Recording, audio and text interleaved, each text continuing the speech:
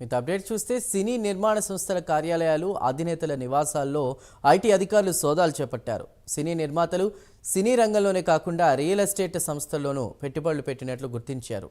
గత 3 ఏళ్లలో నిర్మాణ సంస్థలు రియల్ ఎస్టేట్ వ్యాపారాలకు సంబంధించిన లావాదేవీలు, ఐటీ రిటర్న్స్ దాఖలు, బ్యాలెన్స్ షీట్లపై పరిశీలిస్తున్నారు.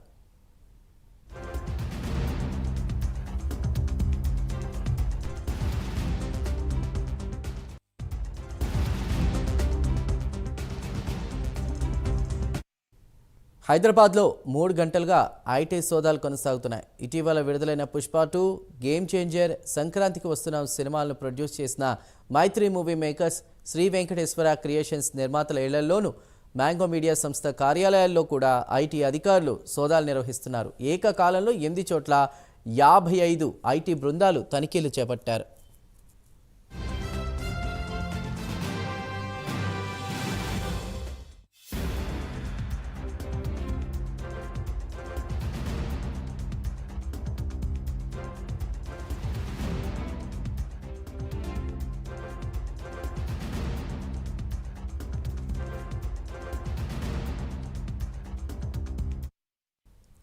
మైత్రి మూవీ మేకర్స్ అధినేతలు యలమంచిలి రవిశంకర్, నవీన్ కుమార్ ఇల్లు, శ్రీ వెంకటేశ్వర క్రియేషన్స్ నిర్మాత దిల్ రాజు శిరీష్, దిల్ రాజు కూతురు హన్సితారెడ్డి ఇళ్లతో పాటు సింగర్ సునీత భర్త, మ్యాంగో మీడియా సంస్థ అధినేత రాము ఇల్లు, వారి బంధువుల ఇళ్లలో కూడా సోదాలు చేపట్టారు.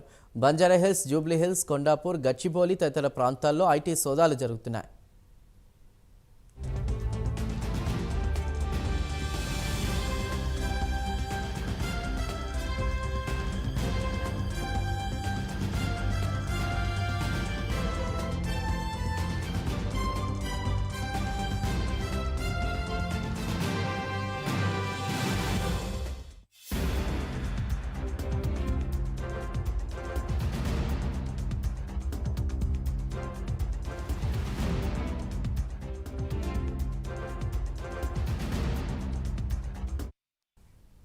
ఆకస్మికంగా ఐటీ అధికారులు రంగంలోకి దిగడం చర్చనీయాంశమైంది. గేమ్ చేంజర్, సంక్రాంతికి వస్తున్న సినిమాలు నిర్మాణానికి సంబంధించినటువంటి ఖర్చులు, ఆర్థిక లావాదేవీలు, సాధించిన కలెక్షన్ల వివరాలతో ఐటీ అధికారులు సోదాలు నిర్వహిస్తున్నారు. మరింత సమాచారాన్ని మా ఫిలిం రిపోర్టర్ మోహన్ అందిస్తారు. మోహన్, ఏంటి ఐటీ సోదాలు కొనసాగుతున్నట్టు తెలుస్తోంది?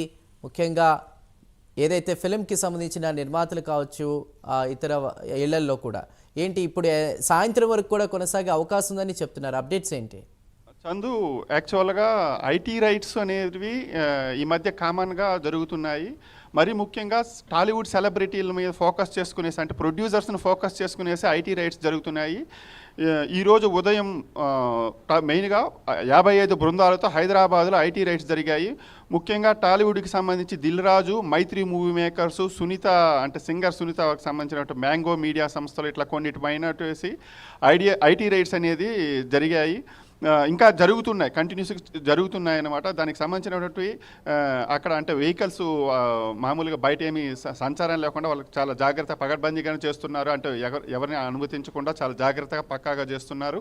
దీనికి సంబంధించిన అంటే డీటెయిల్స్ అటు నిర్మాణ సంస్థ పరంగా కానీ, ఇటు అంటే వాళ్ళ ప్రైవేట్ పిఆర్ఓస్ కానీ, ఇటు ఎవరు ఇవ్వకపోయినా అయితే బయట న్యూస్ అయితే బయటకు వచ్చింది. ఇంకా దిల్ రాజు పైన ఎందుకు చేశారంటే, రీసెంట్గా ఆయన 2 భారీ చిత్రాలు రిలీజ్ చేశారు.